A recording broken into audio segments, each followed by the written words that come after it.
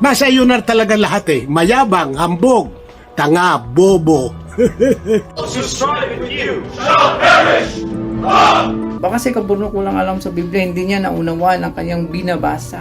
Kaya ayaw mong pakita ng mukha kasi wala kang Amerikana, wala kang barong. Ano? Busted talaga ako. Pasensya na po kayo, kaburnok, ano? 4 na taon na nating ipinagtatanggol ang pananampalatayang Katoliko. Ito ang Factbusters!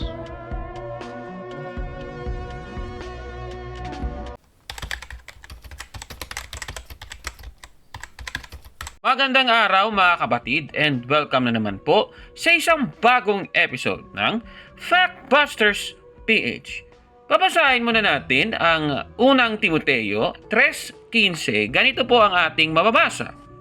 Upang kung hindi man ako makarating agad ay malaman mo kung ano ang dapat na maging ugali ng mga tao sa sambahayan ng Diyos na buhay, sa iglesia na haligi at saligan ng katotohanan. Yan po ang ating nabasa at napakaliwanag dito mga kapatid na sa talata ay ang iglesia yung haligi at saligan ng katotohanan. Ngayon, para sa ating talata, tatalakayin natin ang pahayag ng Baptist apologist na si James Orenciada. Siya po ay Bible Baptist Church apologist. Ano ba ang paninira niya sa Iglesia Katolika? O ito na naman, panoorin naman natin mga kapatid.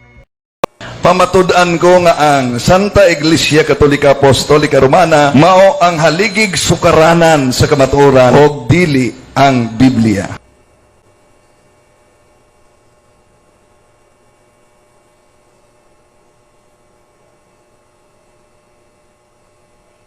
Aba, grabe naman talaga itong Baptist apologist na ito. Ayon po sa kanya, Biblia daw ang pillar and foundation of truth. At yung binasa niya, yung ikalawang Timoteo 3:16 ng Easy English Bible. Kasi yung sabi dito, the Bible teaches us what is true. O yan kasi yung nakasulat. Kaya yung kanyang sabi, Biblia daw ang pillar and foundation of truth. Tanong, totoo ba ito mga kababayan? Suriin natin yan. Alam ninyo mga kapatid, hindi po tayo tutol na ang tinuturo ng Biblia ay totoo.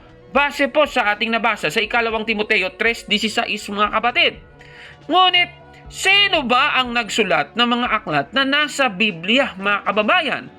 Balikan natin yung kanyang kinote, yung ikalawang Timoteo 3:16, yung sabi dito, everything that is written in the Bible comes from God's Spirit. Maliwanag dito, ang mga nakasulat sa Biblia, base sa ating nabasa, ay galing po sa banal na Espiritu Santo. At alam naman po natin na mula po sa inspirasyon ng banal na Espiritu Santo, ito po ay ipinasulat ng Espiritu Santo sa kaniyang mga mensahero. At mababasa natin yan dito pa rin sa kaniyang salin na ginamit, yung Easy English Bible. Babasahin natin yung ikalawang Pedro 1:20 hanggang 21. Ganito po ang ating mababasa. It is very important that you should understand this. The prophets' messages in the Bible did not come from their own ideas. That never happens. None of the prophets' messages came because any person wanted to say something. Instead, God's Holy Spirit caused people to speak words that came from God. Napakaliwanag po ng ating nabasa mga babayan. Ibig pong sabihin, ang mga nagsulat ng bagong tipan, ang nagsulat ng mga aklat sa Biblia na totoo, ay kinasangkapan ng banal na Espiritu Santo. At nabasa natin yung kanina sa ikalawang Pedro 1:20 hanggang 21.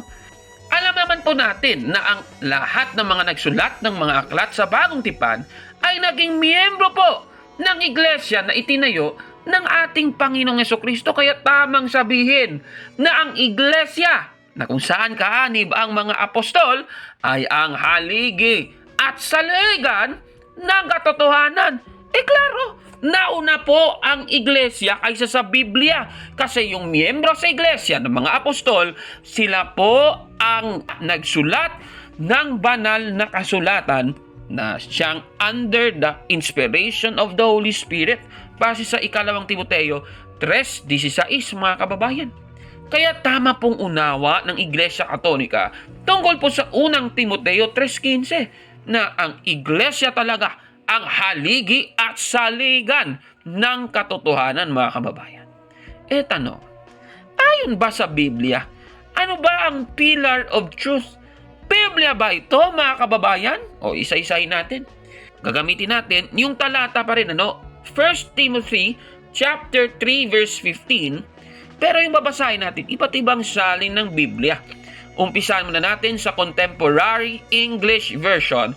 Ganito po ang sinasabi. So, if I am delayed, you will know how everyone who belongs to God's family ought to behave.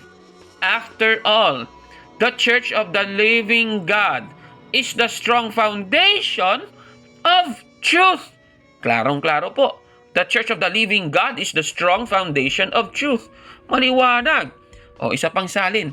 Ito pong easy to read version. Ganito po ang ating mababasa. So that even if I cannot come soon, you will know how people should live in the family of God.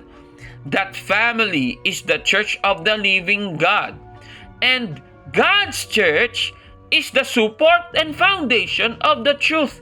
Maliwanag po. Yung iglesia ng Diyos, God's church, is the support and foundation of the truth. Ayon dito. O isa pang salin. New International Reader's Version. Ganito po ang ating mababasa. Then, if I have to put off my visit, you will know how people should act in God's family.